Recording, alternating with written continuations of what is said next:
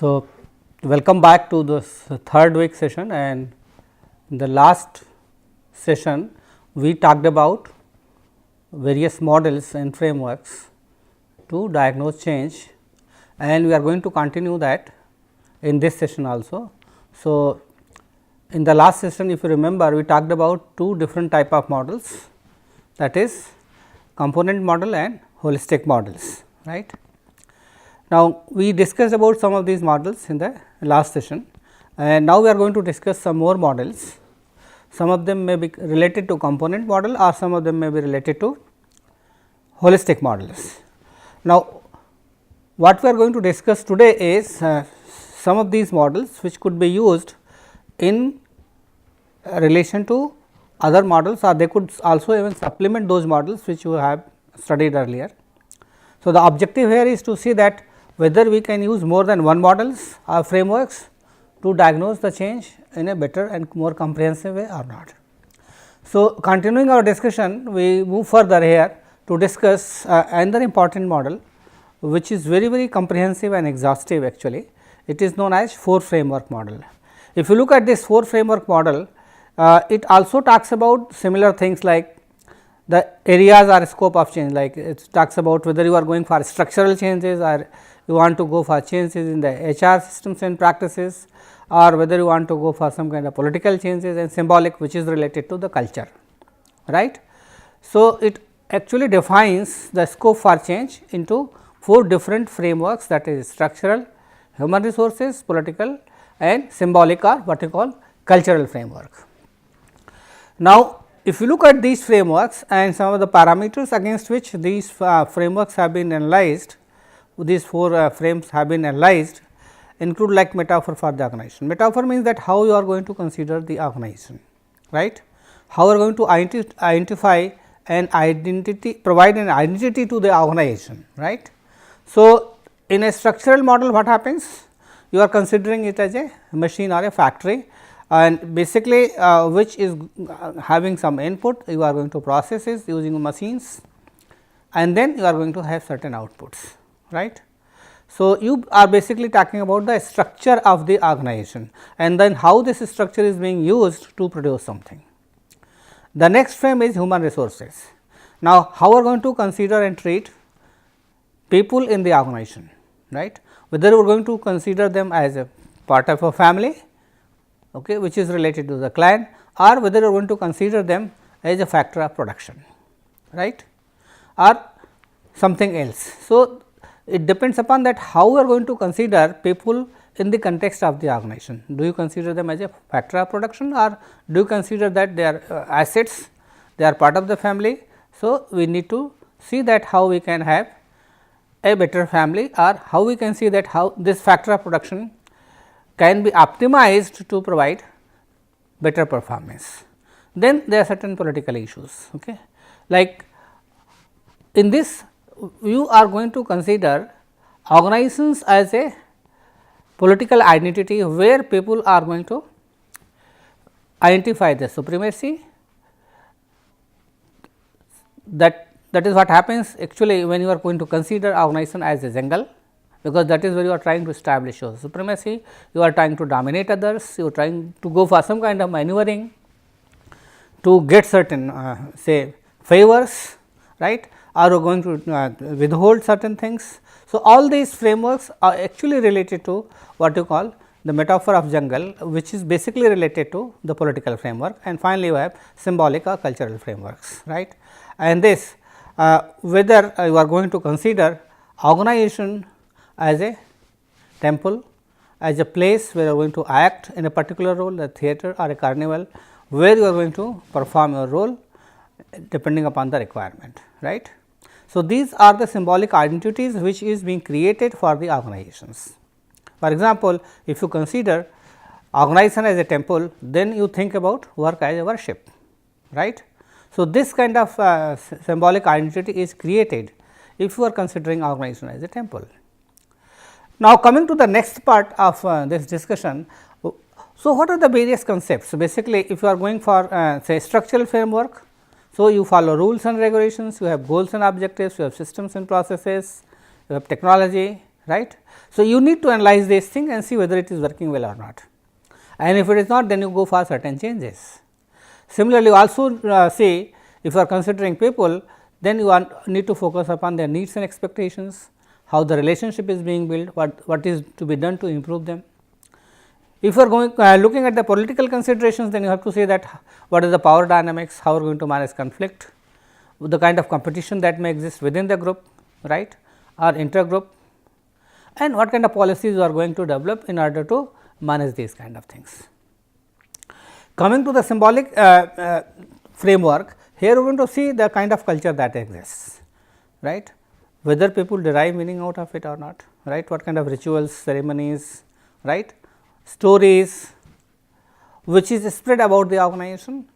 The basic idea of creating this kind of culture is to see that people share similar norms and values, which will help organization to be more productive, because if people share similar norms and values, then what happens?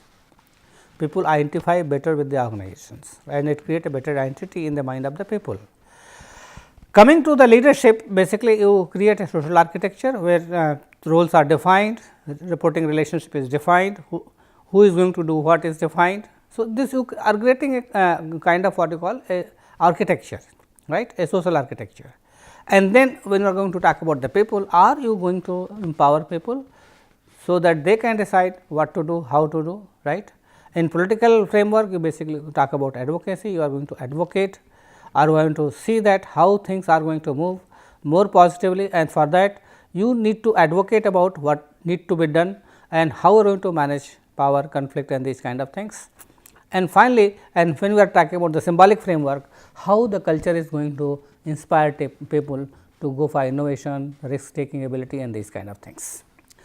And the kind of challenges that takes place in this kind of situation, like yes, you need to see that how structure is going to be aligned with other factors. We have already talked about that you need to go for some kind of alignment between say structure, technology, environment and these kind of things. And here you are going to align the need of the people with the organization, and if you look the political framework, you have to very clearly define the power base of the people. And here you need to create a culture where you are able to create some kind of good relationship, trust, faith, right, and the meaning that is going to be derived out of the work. Coming to the ethics and values, definitely if you have things which is very structured, which basically relates to what you call the better coordination and integration, then it is going to be excellent. And if you are considering people, then and if you have a very positive approach, then you talk about caring of the people, and here you need to ensure that equity is maintained, you are able to create justice for everybody. It means that you are going to be fair and just in your dealing with the people, and this culture is going to create some kind of faith among the people, so that they work for the organization. Now, how leadership is going to contribute? You can see here that yes, leaders become some kind of say authors, where they are going to tell people what is to be done and what not to be done. So, basically in a structure you talk about command and compliance, right. So, down the line you see that if you look at the vertical relationship, yes, in a reporting relationship you expect this kind of authorship, where people are going to be guided, controlled and led by the seniors or the managers. And if you look at the HR, yes, you need to ensure that you have lot of affection and love for the people who are going to work for you. And here in political, it is basically driven by the power dynamics. So, what kind of dynamics is here? And finally, significance, which basically relates to culture. Here we are going to see that how this culture is going to contribute to the goals and objectives of the organization. Now, if you look at this 4 framework of model of change, you will find that you are going to analyze all these 4 areas based on certain parameters, and then see where the problem is. So, the basic objective of diagnosing these 4 frames is to identify where the problem is, and then accordingly take necessary actions, so that it could be done. So, the most important thing that how are we going to select a framework, which frame has a problem, whether it is HR or whether it is structure, whether it is politics or whether it is symbolic, right.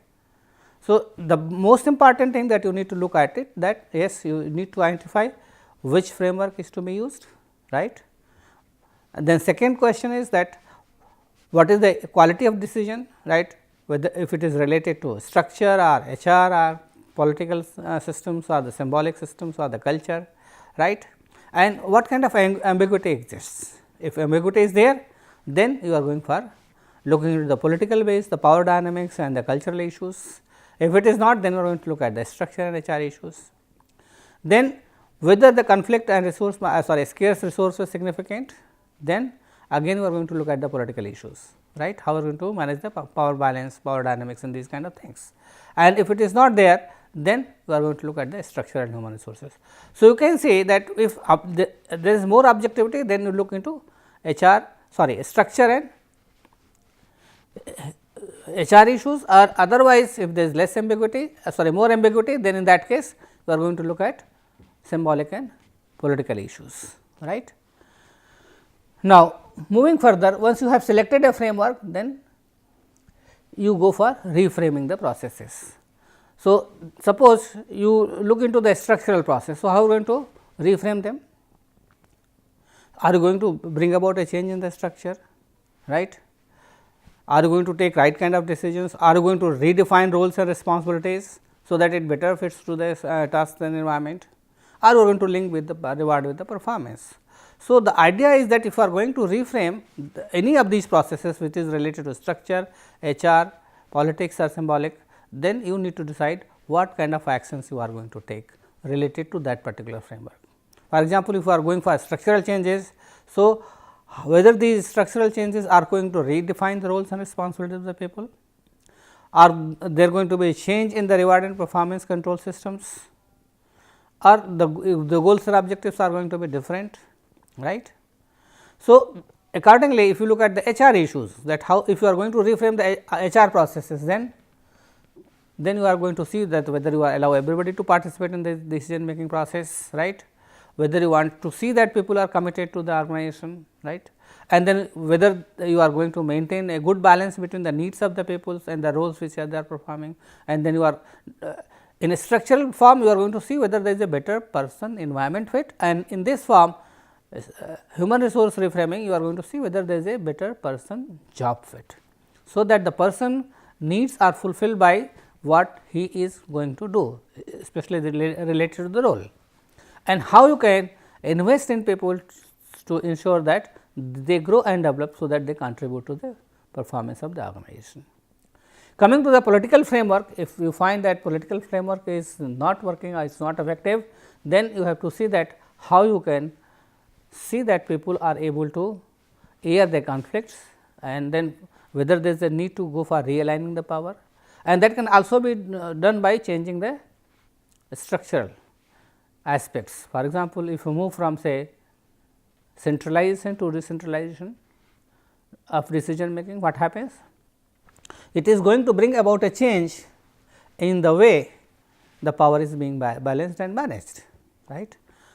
So, it will also provide a opportunity to see that who is going to gain or exercise power in the process, in the structural change process, right. So, what actually happens? The power gets redistributed, right, and more people are being empowered, so that they can use their power. And if you look at the cultural changes, if you want to bring about the, then you have to see that what kind of rituals and symbols which you can relate with the responsibilities, right. So, you have to see whether these rituals are going to confirm the value system of the organization, right, and whether it is related to better bonding among the people, right. Because if you look at strong cultures, one of the objectives of having a strong culture in the organization is that people share intensely the value system of the organization and also the norms of the organization.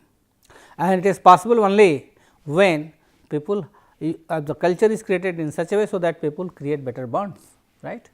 Then similarly, you also need to see that you are going to create a culture where people are able to take risk, whether they are going to be more accountable, more responsible, right, and they also respond to the requirements of the organization. So, it is very important that let them allow to play those kind of roles where they are going to better fit, and see that how they are going to follow the norms of the organization and share the rituals of the organization. So, basically when we are talking about reframing the processes based on what your intent is related to decision making, planning, or whether you are going for reorganizing them, what needs to be done. So, you look at this frame, you decide about which frame is not effective, whether it is structural frame, HR frame, political frame or symbolic frame, and then accordingly you are going to decide about how you are going to assess them, right.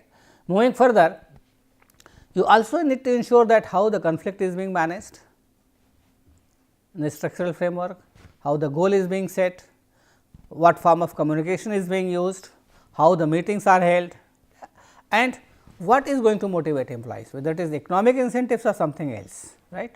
This is related to what we call the structural framework. Now, coming to the HR framework, how you develop relationship, right, how you get involvement of the people, and whether you go for open and transparent communication when you are setting the goals, right, and whether you are able to exchange informations which is going to fulfill the needs of the employees, okay, and they also feel a part of the organization. And when it comes to meeting, are you going to meet them formally or also informally, and how you are going to share information with them, and what is the motivation? The motivation here is not the economic incentives, but when you are looking for HR and you want to make certain investments for their growth and development, the good thing is that you need to ensure that there is a growth and self actualization. So, that people are able to realize their potential which they could use for the growth and development of the organization. In terms of power dynamics, the political framework, you have to see that how we are going to balance the power, right. So, which would create a better say bargaining and also create a win-win situation for all the parties concerned who are into some kind of power dynamics are related to each other. So, you also need to provide say opportunity to everyone to show their interest, and similarly you see that how the things are being manipulated in such a way, so that this power is balanced and maintained. And then you also need to create win-win situation. So, any kind of competition, the idea here is that you are not going to create either lose-lose or win-lose situation, but you need to create a win-win situations. Okay. And how are you going to manage this power? You can sometimes you use manipulation, sometimes you use seduction, sometimes even you use threat also. Then moving to the cultural part, you have to see that what needs to be done in order to ensure that people follow similar values and norms, and then what kind of symbols and values you have developed for the organization which is going to be followed by the people, and whether the direction is coming from the top management or not, and then you can use rituals, symbols, stories, all kind of things to ensure that this culture is being transmitted to the employees among the organizations, and then you also celebrate, right. So, that these celebrations basically provide better bonding among the people to ensure that they show more identity and commitment to the organizations. Now, the idea here is that based on these kind of say parameters like planning, decision making, organizing, evaluating, and then how you are going to manage conflicts, goal setting, communication, meetings, and motivation, you are going to reframe, and when you are going to reframe, you are going to make bring lot of changes in that particular frame. And if you bring a change in one particular frame, that you also need to ensure that this is also aligned with the other frames. Otherwise, if there is not a good realignment across these frameworks, then it is not going to be effective and it is not going to work also. Then it would create lot of barriers to the change, right, because if there is you have not been able to implement it successfully, then there is going to be less clarity and stability, people will have anxiety and stress, right. They do not feel that they are being empowered, and people lose sense that whether they are working and why they are working. So, these kind of things are there, and that is why it is very important. If you look at the strategies when we are going to reframe certain things, need to ensure that it is being realigned, it is communicated, right.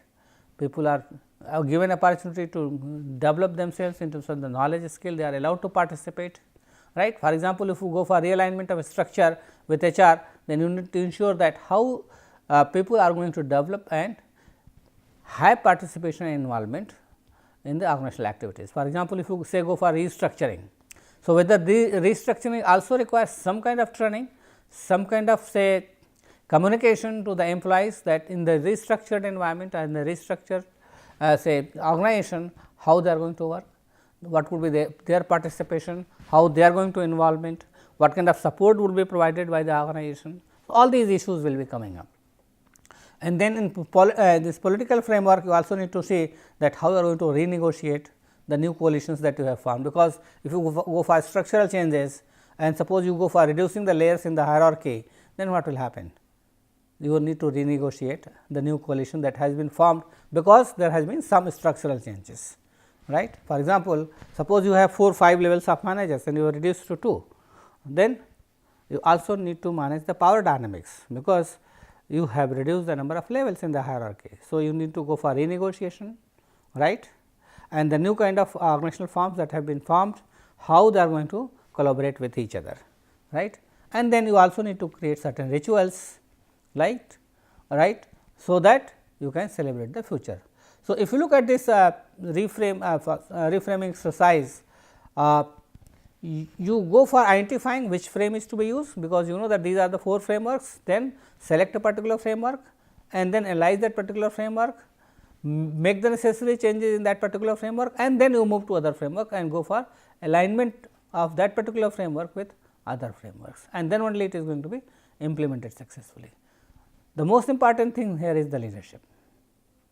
Now, if you look at the leadership issues in all aspects, whether you are going for this change or HR change or political change or symbolic changes, the role of the leadership is very, very important. How the leader is going to act in any kind of framework if you are going for a change, right. So, if you look at the leadership, here is going to act as the architect, here is going to act as a servant leadership, here is going to act as a negotiator, here is going to act as a prophet, right. Then the process is identified here, like you need to analyze, go for redesigning, here you need to provide empowerment to the people, you go for coalition building, here you need to inspire. Then if you are not able to do this, this is what will happen. Okay. It will not be good for the organization, right. And finally, what would happen? It is going to fail, people will not be happy, power dynamics will change, people will go for manipulations, frauds and all kind of things, and here symbols would lose its existence. That is why it is written smoke and mirrors, things would not be clear that what are the norms and values that they need to follow, right. There could be lot of unclarity about what kind of value system the organization is actually say identified and for which they want to go for. So, the role of leadership, if you go for bringing about any kind of change in the framework, is very, very important. Now, if you look at this 4 framework model, these are some of the questions that need to be looked into, right. You have to see that how these 4 frames are going to fit in your organizations, right. Whether you have analyzed these 4 frameworks and see are able to identify which frame is important for your organization, and accordingly you are able to identify whether the problem is with the structural framework, HR framework, symbolic framework or the political framework, right. Because if you are not able to identify which framework, you need to analyze and go for some kind of restructuring or changes in that particular framework, you are not going to succeed or lead the desired changes, right. So, you need to use those concepts, metaphors that we talked about and values to reframe the situation, so that you are able to resolve the problem. For example, you find that the reward and performance system is not linked properly and it is not effective, it is not able to motivate people. So, it could be because of 2 related issues, one is HR systems and policies that has been designed by the organization, and it could also be related to the structural aspects, right. The moment you think that you want to bring about a change in the HR policies, where you want to ensure there is a better alignment between reward and performance system, you also need to ensure that how this is going to change the structural aspects of the organization, right. And whether you are going to create a culture of this kind where performance is being rewarded, so that people know that if you perform well, you are going to be rewarded, and that is where people are going to show the kind of value system to work hard and see that how this hard work is going to lead them to better performance, which is linked with reward outcome. Because in value system basically we talk about what are the values for which you are going to work, right. So, if you want to work for better reward, so definitely you need to work hard, right. But for that the management has to, the leadership has to communicate this to the employees and develop a policy related to human resource management, that how performance is being linked to the reward, what kind of mechanism is followed to link reward with the performance, and then it is going to work. Otherwise, you will not be able to resolve the issue and it will fail. So, the leadership is very important, analyzing the framework is very, very important, and then moving to the next part, you have to see that how this change in the a particular framework is going to be aligned with other frameworks, other frames. Now, the next model of framework that we are going to discuss is known as PESTEL framework. PESTEL framework basically talks about 4 different factors which are going to influence the organization, and then you need to identify that what are those factors from all these 4 factors which is going to influence the organization and which one needs to go for a change. So, whether it is political factors, or that is economic factors, or that is technical factors, or that is a social cultural factors, right. For example, if you look at the economic rates, you see that who are your competitors, who are your suppliers, whether you need to go for a change in that, what is your wage rates, what is the employment rates, right. So, what kind of government policies are there, whether there is a need to go for a change in the economic factors, or whether there is a need to go for technical factors. For example, whether you need to bring a new IT systems, right, new production process, right, or whether you go for, whether you want to go for computerization of the process, right. These are some of the examples of whether you need to go for a change in the transportation technology. For example, you want to track certain things, so you are using GPS. So, it could be one of the changes that you want to bring in the transportation technology to better track the consignments, right. So, the idea here is that when you are using these PESTEL framework, it stands for political, economic, socio-cultural and technical factors. So, this basically talks about where the problem is, whether it is related to the political factors, social cultural factors, the economic factors or technical factors, where the problem is, and then you need to identify that how you are going to handle that particular factors to bring about an effective change. So, if you are going to implement the change using this framework, you need to analyze your organization with respect to these factors and then identify what needs to be done. Apart from this, we also do some other kind of analysis, and one of the very popular method that is used to identify what kind of changes you need to bring in the future is scenario analysis, right. So, scenarios are created about the future, and you are going to construct these kind of scenarios about the future by identifying the kind of environment in which you are going to operate tomorrow, what kind of technology would be there, what kind of environment is going to be there, right. So, the basic objective of scenario planning is see that how the different forces, both the environmental forces, external environmental forces and internal environmental forces, how they need to be manipulated to create a scenario of the future in which you as an organization is going to live tomorrow, right.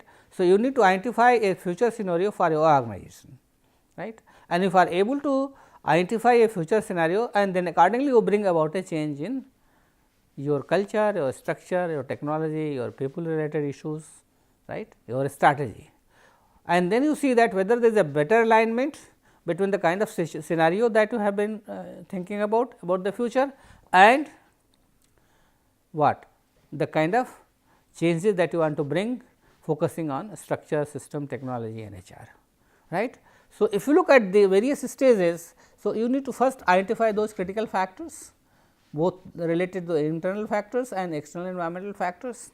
Then you need to create scenarios, and scenario could be alternate like scenario 1, where you think about, yes, you find that okay, there is going to be a change in the technology. Scenario 2, where there is not going to be any change in technology.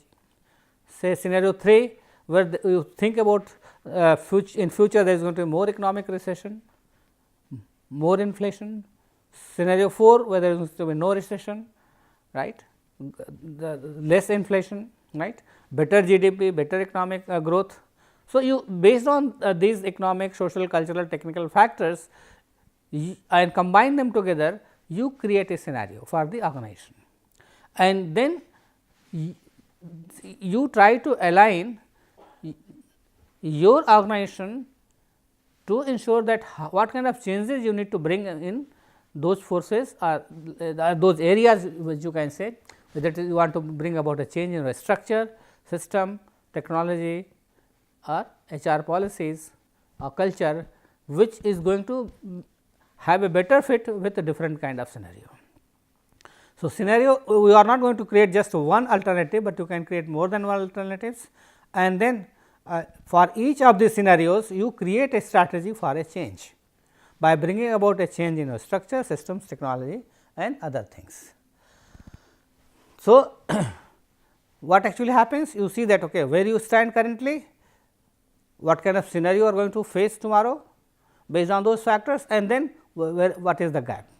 So, you try to identify the current and future states which are related to particular scenario, what kind of characteristics with this future scenario will have, right, and then what is your current status, and based on this you can identify the gap, right. So, you have a current state and a future state, and the gap is to be fulfilled, and for that gap you are going to create a strategy. How you are going to bridge this gap?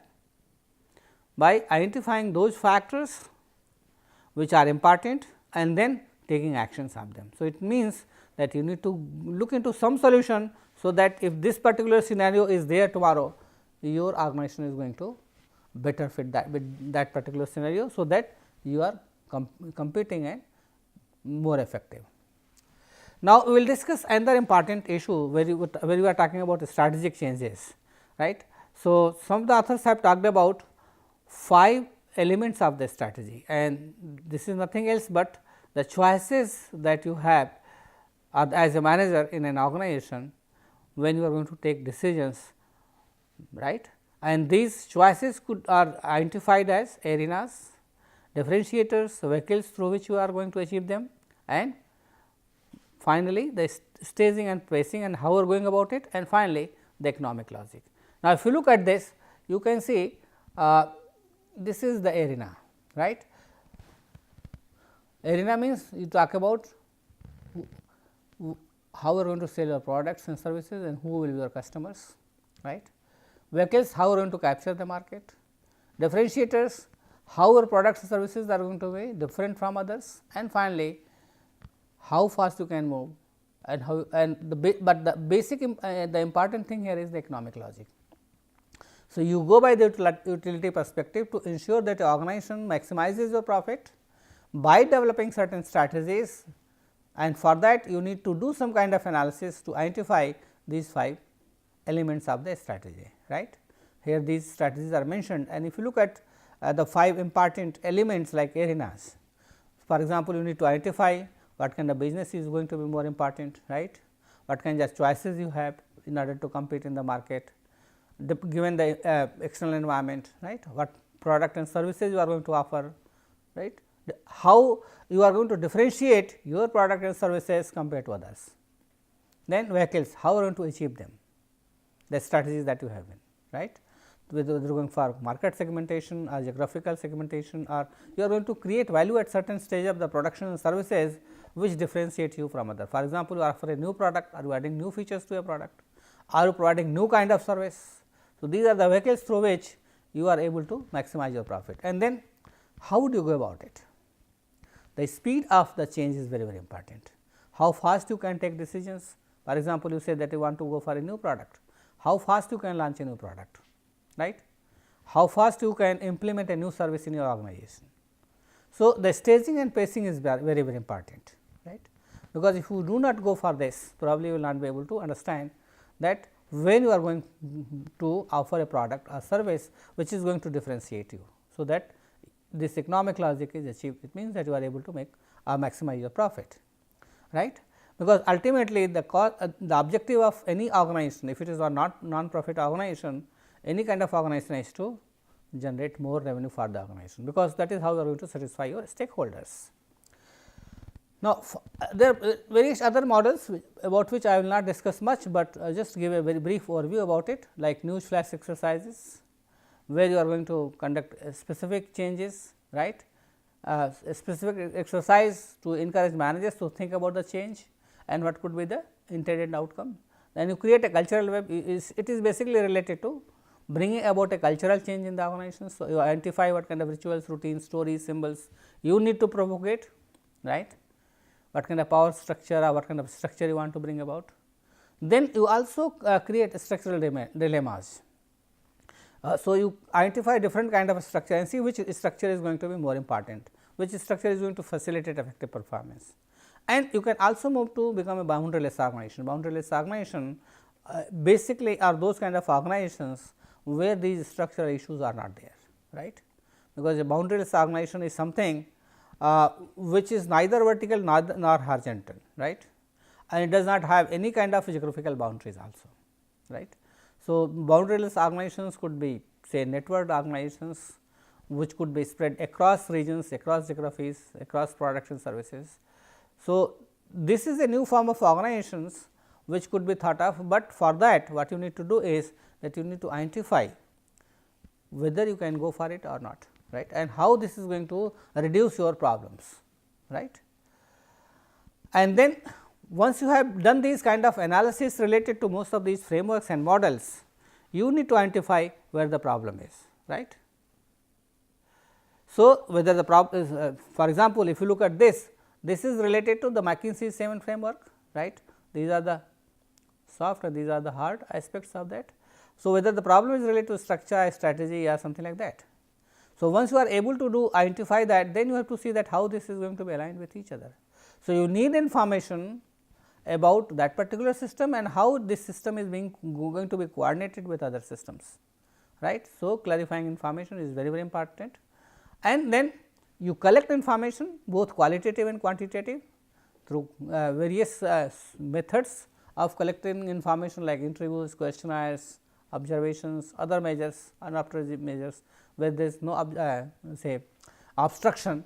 So, using these methods you try to collect information about these components or systems to find out where the fault is, and ultimately you are able to interpret what is happening. So, one example that I have taken here is that how change managers are using McKinsey 7S framework, say, so related to strategy, structure, system, staff, style, shared values and skills. So, this information is actually coming from where? From the analysis and interpretation of the data that you have collected through various sources. For example, staff see whether staff is aligned with the strategy or not, right.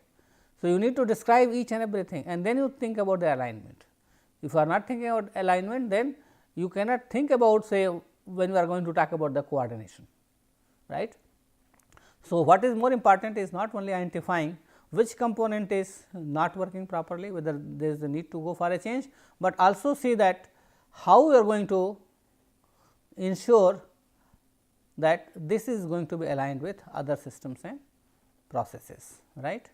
So, this interpretation is very important, because once you have collected data, you also need to look at outcome, because outcome is very important for productive behavior. If the outcome is not good, then it might lead to certain counterproductive behavior, which is not good. It means that then you are not going to implement change successfully, right. So, it depends upon how the data is going to be used and whether this data is able to successfully lead to better alignment between those factors or not, right. And then it all depends upon the kind of data and experience that managers have in handling them in order to produce the desired behavior, right. So, with this we are going to conclude this session. Thank you very much.